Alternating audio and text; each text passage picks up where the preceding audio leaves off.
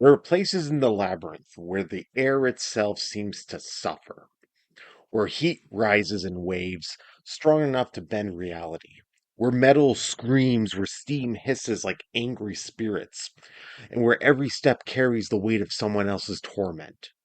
The Cursed Dominion is one of those places. When I first imagined this region, I wanted it to feel like you weren't walking into a dungeon, but into a living machine. A machine that breathes, aches, and remembers. You begin at the threshold of this mechanized hell. Pipes rattle, valves shriek, steam bursts upward like ghosts being expelled from the earth. Even the candlelight flickers strangely here, as if afraid of what it reveals. As if you advance deeper, the stone itself trembles beneath your feet.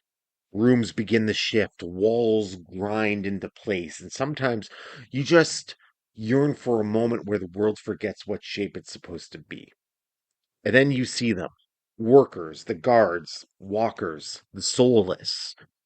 Some still alive, some barely alive, and some yearn long past anything we call living. This place wasn't designed to punish them, it was designed to use them, drain every last drop of effort from hands that have forgotten what freedom feels like. And that's when the Dominion hits you.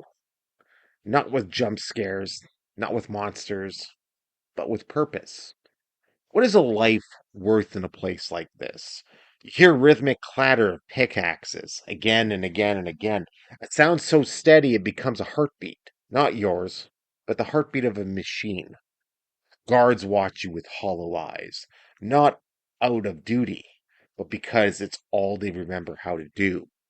Boilers roar beneath the iron vents, walkways sway above the firelit pits. Voices echo from the below, some human, some not. And occasionally a scream breaks the rhythm. Then silence. There's always that eerie, haunting silence.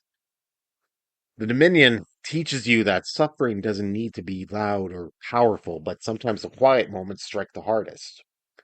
I wanted you to feel the exhaustion baked into these rooms, to walk parts where the air burns your lungs, to stand before a mechanized walker and wonder what it was built for, and whether you're seeing it at the end of its purpose or just in the beginning. And as it continues, the weight builds. Rust groans beneath your boots. The temperature rises until your vision blurs, and yet you push forward because that's what the labyrinth does.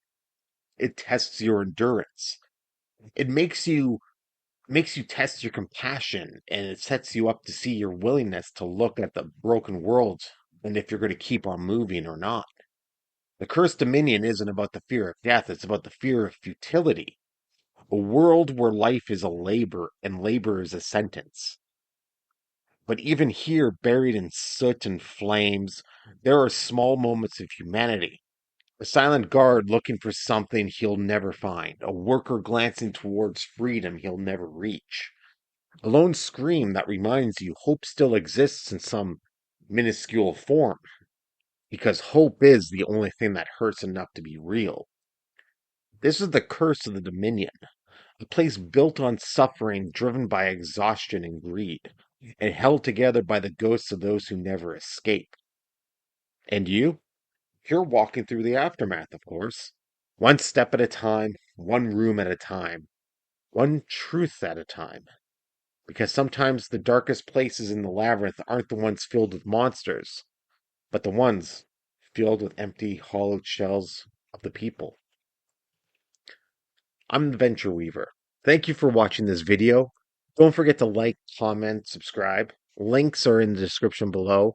Download The Labyrinth of Time's Edge, the greatest text adventure ever made. And yes, I am calling it the greatest text adventure ever made because it's written in QBasic and is always expanding every day until the end of time.